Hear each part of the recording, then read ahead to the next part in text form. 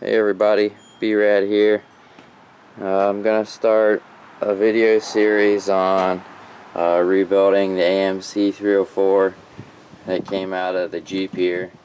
This is a 75 CJ5. It's pretty much all stock, but we pulled the motor due to low compression. One cylinder only had 80 pounds, another only had 100, and the rest were okay-ish at 130, 140, but definitely needs some work. Currently the motor is at the block and head service guy. He's just doing the machining on it. The rest of it, I'm going to stick it back together. I've got to run the pistons over today so he can have those to press them onto the connecting rods. But got all the parts laid out here, so we'll just go over those. Got the rear main seal here. We've got connecting rod bearings. I'll try to zoom in on the numbers if you wanted to know. There's the mains again, or the rear main seal, sorry. Then we've got the valve guide seals here. Got 16 of those. I got to take these to the guy also because he's redoing the heads. And then we've got 30 over pistons. This was the most expensive part of the build here, definitely.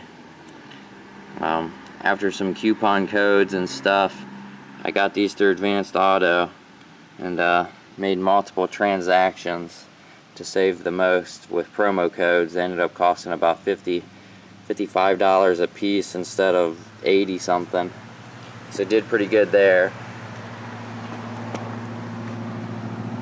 Then we've got the oil pump rebuild. It's got the 2 new gears, the gasket, and the spring, so if it overpressurizes it can bleed off into another part of it, which I'll probably do a video on rebuilding the oil pump.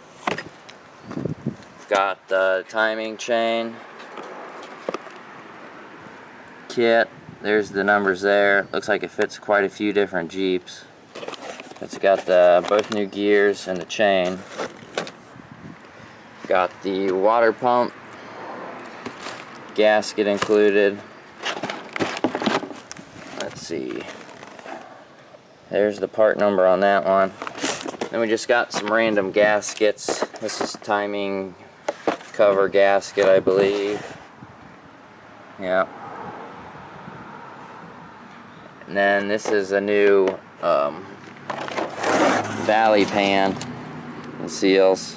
I kind of stepped on the other one when we were taking the motor apart and kind of dented it, so it's cheap enough. I just got a new one. Then we've got 30 over piston rings to match the pistons. And then we've got the main bearings. This I'm still waiting on. There's one bearing in here. I don't know what happened to the other 4, but Jegs is on that, so they're checking that out for me. And we've got an oil pan gasket, some assembly lube, some plastic gauge. The only other thing I'm missing is the head gasket set that has the manifold, the intake manifold, exhaust gaskets, and all that good stuff. Still waiting on that. Other than that, I think I have all the parts to put the thing back together. Here's kind of all the parts scattered around the garage.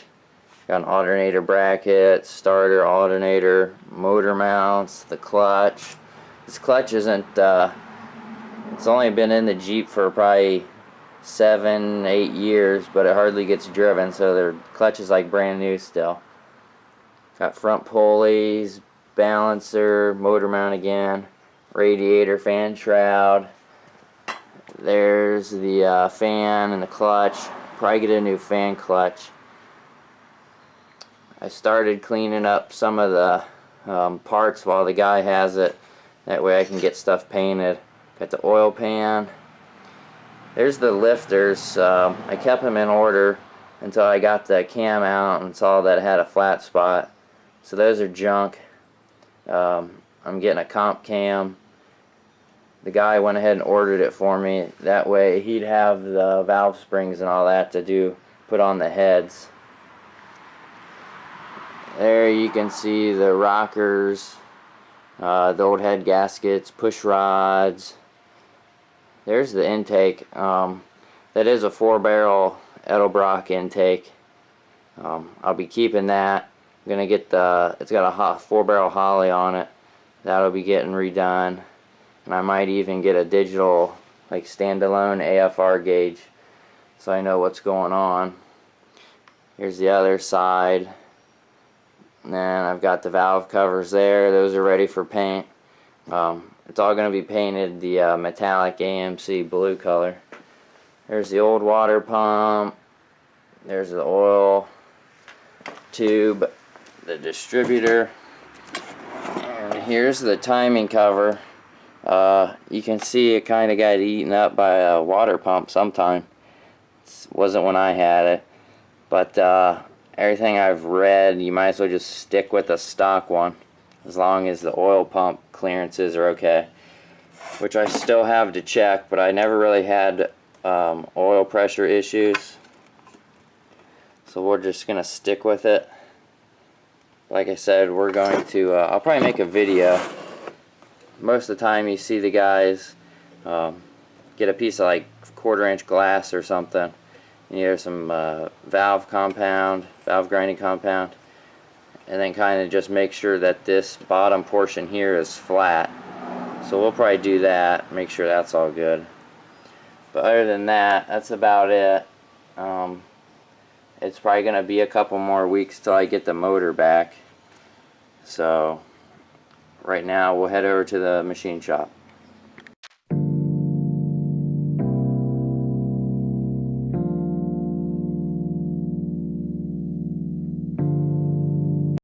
Okay, back from the guy that's doing the machining. It's just a small town guy that does it all by himself. He wasn't there.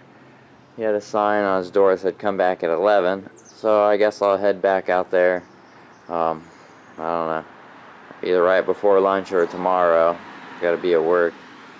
So I guess we'll end this video here with this disaster in the garage. So until next time, we'll see ya. If you're new, you can always subscribe and like. Thanks, bye.